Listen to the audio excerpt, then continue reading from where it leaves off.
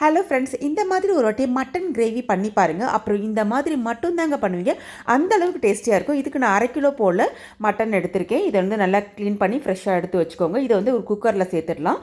இது கூடவே தேவையான அளவு உப்பு, மஞ்சப்பொடி, 1 டீஸ்பூன் இஞ்சி பூண்டு பேஸ்ட்டு சேர்த்துட்டு, கைப்பிடி நிறைய புதினா புதினா இலைகள் சேர்த்துக்கலாம். இது கூட அரிசி கழுவின தண்ணி, கொஞ்சமாக சோம்புத்தூள் இதை சேர்த்து திட்டமாக தண்ணி வச்சு ஒரு 4 to 5 விசில்ஸ் தாராளமாக விட்டுருங்க. நல்லா கறி வேகணும், அதுக்காக தான். அண்ட் மீன்வைல் நம்ம ஒரு மசாலா ப்ரிப்பேர் பண்ண போகிறோம். இதுக்கு நான் வந்து ஒரு 4-5 பத்தை தேங்காய் எடுத்திருக்கேன். ஒரு 7-8 பல் பூண்டு, 5-6 சின்ன வெங்காயம், ஒரு 1/2 டீஸ்பூன் சோம்பு, 1/4 டீஸ்பூன் மிளகு, ஒரு 2 பட்டை கிராம்பு ஏலக்காய் சும்மா பேருக்கு போடுங்க போதும். ஒரு கைப்பிடி நிறைய ஃப்ரெஷ் புதினா சேர்த்து, இது கூடவே வந்து 2 பச்சை மிளகாய், பிகாஸ் மட்டன் கிரேவி கொஞ்சம் சுருக்குன்னு தான் நல்லாயிருக்கும். நல்லா மைய விழுதாக அரைச்சி எடுத்துக்கலாம். இப்போ 4-5 விசில் விட்டதுக்கப்புறம் கறி பாருங்கள் நல்லா பஞ்சு பஞ்சாக வெந்திருக்கு. அடுத்ததாக ஒரு கடாயில் எண்ணெய் விட்டு ஹோல் கரம் மசாலாவை நல்லா தூக்கலாக தாளிப்பு கொடுத்துடலாம். இதோட ஒரு பெரிய வெங்காயத்தையும் ஒரு 2 பல் பூண்டையும் தூளாக கட் பண்ணி நல்லா வதக்கி எடுத்துடலாம். நல்லா வதங்கிடணும். அடுத்ததாக இது கூட வந்து ஒரு 2 பெரிய நாட்டு தக்காளி, 2 பச்சை மிளகாய் சேர்த்து இதையும் நல்லா மசிஞ்சு வர அளவுக்கு வதக்கி எடுத்துடலாம். இது கூட உப்பு மஞ்சப்பொடி சேர்த்து வதக்குங்க.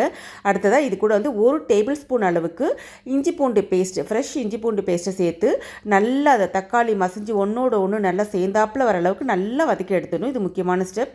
இப்போது இது கூடவே மட்டன் மசாலா 2 டீஸ்பூன், 1 டீஸ்பூன் மிளகாய்த்தூள் இதை சேர்த்து, இது கூடவே ஒரு 1/2 டீஸ்பூன் வந்து சோம்புத்தூள், 1/4 டீஸ்பூன் சீரகத்தூள் இதையும் சேர்த்து நல்லா அந்த எண்ணெயிலே நல்லா வதக்கி எடுத்துருங்க.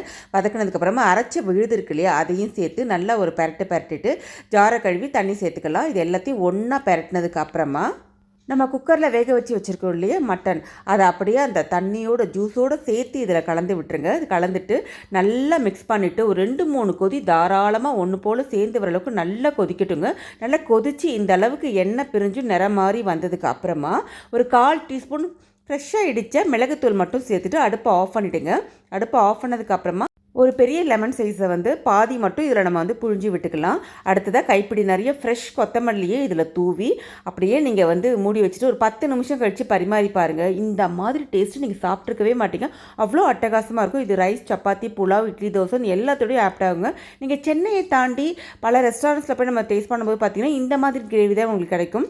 கைப்பக்குவம் சூப்பராக இருக்கும். இதே மெத்தட் நீங்கள் ட்ரை பண்ணி பாருங்கள் ஃப்ரெண்ட்ஸ். தேங்க்ஸ் ஃபார் வாட்சிங்.